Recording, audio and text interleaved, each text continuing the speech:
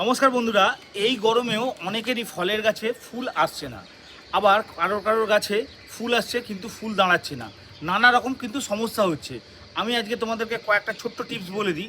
দেখো, সবার প্রথমে হচ্ছে পট সিলেকশন। পট সিলেকশন বলতে তোমাকে যেই পটটা নিতে হবে সেই পটটা কিন্তু তোমার ফলের গাছের জন্য যোগ্যতম পট হতে হবে। ওই 8 ইঞ্চি 10 ইঞ্চি টবের মধ্যে তুমি যদি মনে করো যে গাছ ভর্তি করে তোমার ফুল হবে ফল হবে, তাহলে কিন্তু সেটা হবে না, কখনোই নয়। 8 ইঞ্চি বা 10 ইঞ্চি টবে তোমার লিমিটেড ফুল এবং ফল হবে। যদি তোমার আনলিমিটেড ফল চাই, এই রকম দেখো আমার এই গাছটা দেখে তোমরা বুঝতে পারছো কত সুন্দর ফল হয়েছে। যদি তোমার এরকম আনলিমিটেড ফল চাই, তাহলে কিন্তু অবশ্যই তোমাকে পট চেঞ্জ করতে হবে। এবং পটটা কীরকম হওয়া উচিত আজকে তোমাদের দেখাই। ফলের গাছের জন্য সবথেকে ভালো ড্রাম হচ্ছে এইগুলো। এই ড্রামগুলোর মধ্যে ফলের গাছ কিন্তু খুব ভালো হয়। এগুলোকে কেটে নিলেই দু টুকরো হয়ে যাবে। দেখো, দুটো টুকরো হয়ে গেল। দু টুকরোর মধ্যে দুটোতে তুমি দুটো গাছ বসাতে পারবে। এগুলোর দামও খুব একটা বেশি নয়, খুব বেশি খাটনি নেই। এটা সমান করে কেটে নিতে পারো, অথবা কার্পেন্টারকে দিয়েও কাটিয়ে নিতে পারো, বা যারা কাঠের কাজ করে তাদেরকে দিয়ে কাটিয়ে নিতে পারো। আর পেছন দিকে এরকম তোমায় ছিদ্র করে দিতে হবে। এইগুলো কিন্তু খুব মজবুত হয়। এই ড্রামগুলো দেখো, এই ড্রামের মধ্যে আমার কতগুলো ফলের গাছ রয়েছে তোমাদেরকে দেখাই। দেখো, এইখানে আমার একটা ফলের গাছ দেখতে পাচ্ছ। এই ফলের গাছটার মধ্যে কত ফল হয়ে রয়েছে তোমরা দেখতে পাচ্ছ।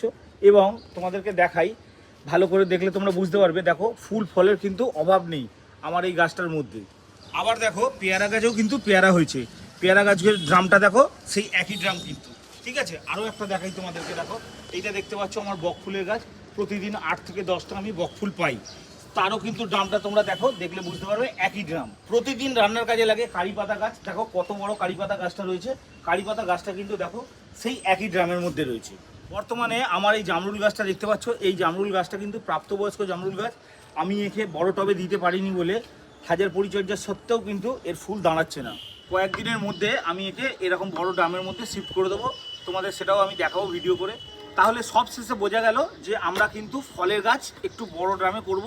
প্রথম 1 বছর আমরা অবশ্যই এরকম 10 ইঞ্চি বা 8 ইঞ্চি টবের মধ্যে রাখবো, এবং তারপর আমরা এরকম বড় পটের মধ্যে দেবো, যাতে গাছটা খাবার নিতে পারে এবং গাছটা যাতে ভালোভাবে বেড়ে উঠতে পারে। তার জন্য আমরা এইরকম পট সিলেকশন করব। ভিডিওটা ভালো লাগলে লাইক, শেয়ার, সাবস্ক্রাইব করে রেখো চ্যানেলটা।